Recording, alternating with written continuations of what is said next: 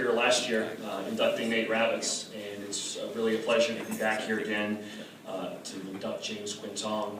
Even more so because his family and his girlfriend are here, as Mike alluded to. So I'm very pleased that I get to sing James' praises in front of them as well. I have a unique insight into how well qualified James is for this award. We spent more than a decade working together. First at SI.com, back when it had a CNN in front of it in the URL, and then both later working at ESPN together. In my day job now, I'm out there trying to find five-tool players, and really that's kind of what James is in the fantasy industry on a daily basis. As a writer, as a player, as a producer, as an editor, well, really four tools is kind of what I'm looking for. Because if you get a catcher that can really control the running game, hit for power, I really don't care if he can run very well. So I'm getting off track. Anyway, the important thing is that James really does it all to this day and has been doing so for a very long time. The most important thing about James in terms of what he can bring to an organization as far as his fantasy content is his versatility. Whatever sport, whatever job you need done with that sport, James is well-rounded enough to handle it. There are a lot of guys up here tonight that specialize in one sport or another. James can do it all, even sports that we never even thought would be able to be played in a fantasy sense way back in the day. But that's one of the things that James has done and continues to do to this day. Whether it's editing the smallest blog post or producing an entire site. Some of you may remember when James Quintong was SI.com fantasy. And he's shown that he can do all of that, from the smallest task up to all the big picture stuff. He's as good an all-around writer and fantasy producer and fantasy just player, everything you can think of. All the things that Mike talked about in the mission statement about the people we're trying to induct in here tonight and the contributions that they make to this industry. James has done all of those and then some. And one of the other things that I know he's done, is not just me, but I know there are other people in this room that he was responsible for giving their first major exposure to way back in the day and helping some of them move on to bigger and better things. One interesting trait about James, and it kind of echoes what Eric was saying about Tristan Cockcroft earlier, and all the stuff that he talked about in terms that I can vouch for, in terms of how nice and friendly and just a warm guy Tristan is, it all applies to James as well. He's one of the nicest, easygoing people you're ever going to find. But an interesting thing is, I've never, over the course of 10 years, I've never once seen James raise his voice. I've never once seen him get angry. And I mentioned this fact to my wife, and she's like, "Really? And he worked with you for 10 years?" It's just, again, regardless of what happens, complete chaos could happen. The draft kit launches tomorrow, and everything is a complete mess. James stays in control and just gets it done. And it's one of the most underrated yet most valuable things that I've seen him do. So for his abilities as a writer, as a producer, as an editor, as a player, and yeah, I did have a fifth tool, and as a friend, not just to me personally, but to many of you in this room, but also to the fantasy industry in general. It is my honor and it is my privilege to induct James Quintong into the FSWA Hall of Fame.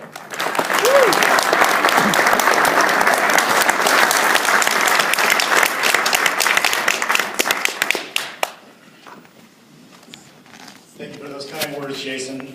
I hope you'll be up here one day. And say, you worked with me forever, and it's great to see you kind of moving on to bigger and better things.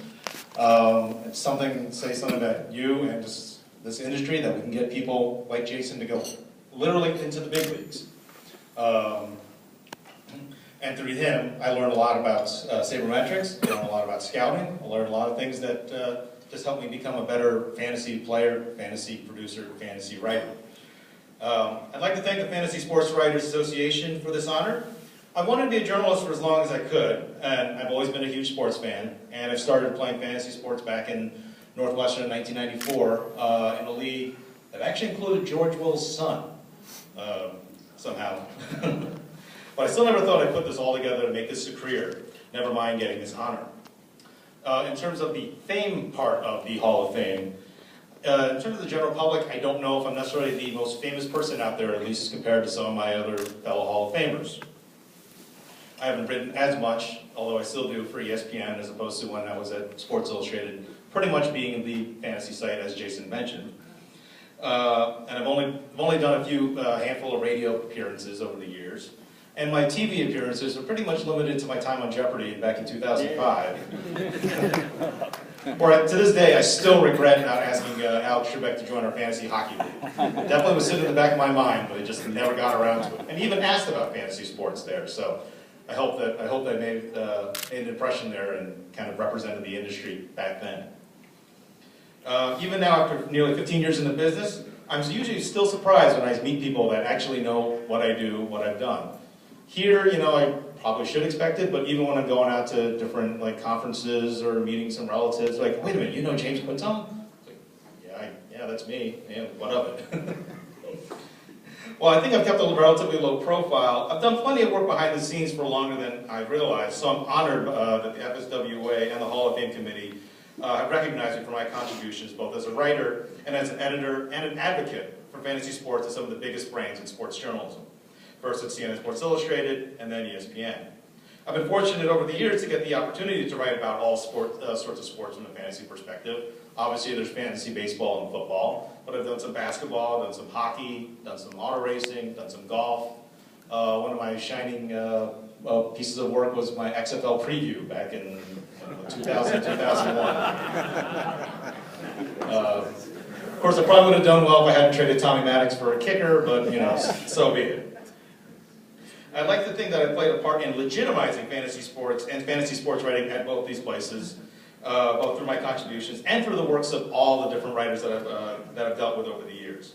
This Hall of Fame honor isn't just about me, but for all the writers I've worked with over the years, many of whom have gone on to great things, like hosting radio shows, developing fantasy sites, winning FSWA writing awards, even joining me in the Hall of Fame, like my fellow inductees, Tristan Cockcroft and Bob Harris. As the description of the FSWA Hall of Fame goes, the award honors those who have helped advance the careers of others in the fantasy sports industry. I think I fulfill that part of the description. One thing I hope I have done throughout my career is made fantasy sports writing much about quality writing as it is about fantasy sports. That is, the work should be creative, thoughtful, informative, entertaining, and well-written. It just happens to be about fantasy sports. I'd like to think I put my journalism degree to good use, helping to craft a product that not only helps fantasy players win their league, but can also stand on their own as good pieces of sports writing and sports analysis. As the fantasy sports industry has grown, so has the need for quality analysis and the people creating it. Thanks to the internet as well as social media, there are plenty more outlets for writers to develop great ideas and showcase their work, and eventually get seen. And it helps have an organization dedicated to fostering the careers of fantasy sports writers. I think there's plenty of room for more voices in the fantasy sports world, as long as the quality of the product is sound. In fact, as fantasy games evolve in terms of rules, formats, game platforms, we'll need more thoughtful and talented writers to make sense of it all and offer solid analysis to help players navigate through it all. And hopefully more of these people will receive an honor like this in the near future. I have plenty of people to thank for getting me to this place. First with my colleagues and boss at CNN Sports Illustrated, Mitch Gelman and Joey Trotz, who first put me on the fantasy sports beat and let me try out all different ideas for fantasy sports coverage. John Dolazar and Lonnie Krasnow, who were among the first to find leads for writers for my site, for section. Ryan Hunt and Adam Levine, my longtime colleagues who believed in the value of fantasy content. Ryan Houston, one of the first writers I dealt with, who helped me lead me to all sorts of different writers showcased on the site. Going to my days at ESPN, Matthew Berry and Nate Ravitz for bringing me over and being just great leaders. Pierre McKay, who I worked with both at Sports Illustrated and now at ESPN, who's really fostered a really great team to work with. Plus my fellow editors, Brendan Roberts, Keith Lipscomb, and Andrew Feldman. And all my great writers like Eric Carabell, Tristan Cockcroft, Christopher Harris, Stefania Bell, and AJ Mass. I'd also like to extend a general thanks to all the writers I've worked with throughout my career, as well as my colleagues and friends in the FSTA who have helped get me to this place. I'd also like to thank my parents and my girlfriend for coming out here and supporting me, even as they're still trying to figure out exactly what this fantasy sports world is and what I've been doing for all these years. Finally, congratulations to my fellow inductees. it's nice to be going into the Hall of Fame with some great company. I'm always glad to see content, especially the high-quality content, actually get the spotlight at this conference. So again, thank you for this honor. I will cherish this always.